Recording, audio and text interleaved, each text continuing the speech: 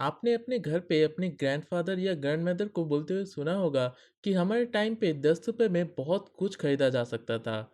I am sure आपने अपने elders से ऐसी बातें सुनी होंगी।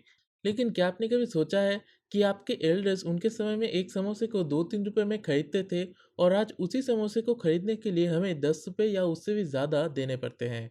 लेकिन यहाँ पे सवाल आता है कि आखिर क्यों टाइम के साथ साथ चीज़ों के प्राइस इंक्रीज होने लगते हैं। आखिर इसके पीछे क्या रीज़न है? तो इसका जवाब है इन्फ्लेशन। तो आज की इस वीडियो में हम यही जानेंगे कि इन्फ्लेशन क्या है, ये इन्फ्लेशन काम कैसे करता है, और लास्टली हम ये जानेंगे कि आप इन्फ्लेशन से अपने पैसे को डिप्रिशिएट होने से कैसे बचा सकते हैं। तो सबसे पहले बात करते हैं इन्फ्लेशन क्या है। तो इन्फ्लेशन का मतलब होता है महंगाई। तो बेसिकली इन्फ्लेशन मीन्स चीज़ों के प्राइस टाइम के साथ साथ इंक्रीज होना, जिस वजह से हमें सेम अमाउंट की चीज़ों को बाई करने के लिए ज़्यादा पैसा देना पड़ता है। फॉर एग्जाम्पल, अगर एक साल पहले हम 1 केजी राइस 40 रुपये में खरीदते थे, तो वही 1 केजी राइस आज एक साल बाद हमें 50 रुपये का मिल रहा है। तो इसे राइस के प्राइस में इन्फ्लेशन कहा जाएगा।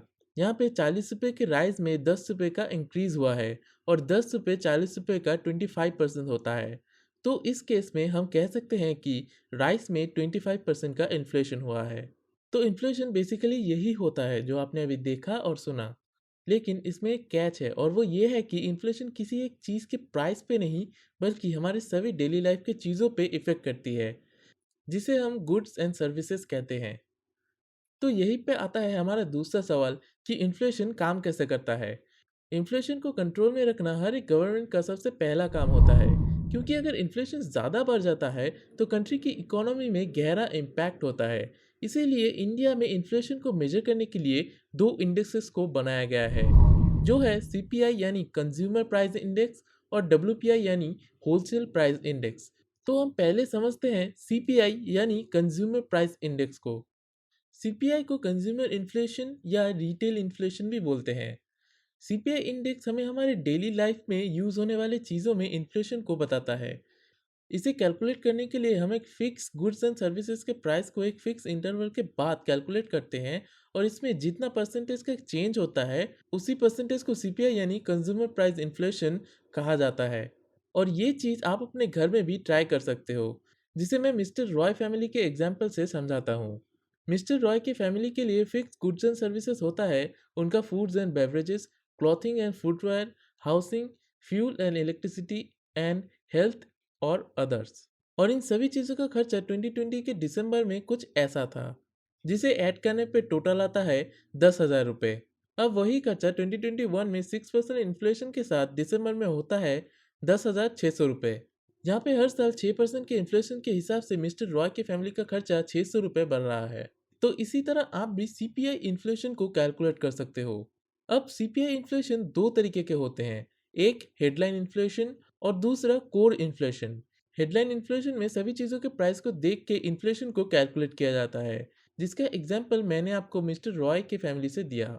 और कोर इन्फ्लेशन में फूड और एनर्जी के प्राइस को कंसिडर नहीं किया जाता, क्योंकि इनके प्राइस बहुत ही वॉलेटाइल होते हैं। इंडिया में इन्फ्लेशन को नेशनल स्टैटिस्टिकल ऑफिस पब्लिश करती है।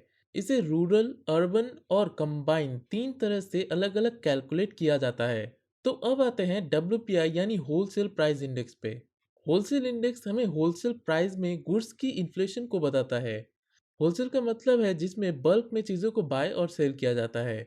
डब्ल्यूपीआई का inflation office of economic adviser and ministry of commerce and industry publish करती है, और इसे तीन कैटेगरी में बताया गया है। पहला है प्राइमरी आर्टिकल जैसे food, crude oil, petroleum, minerals etcetera.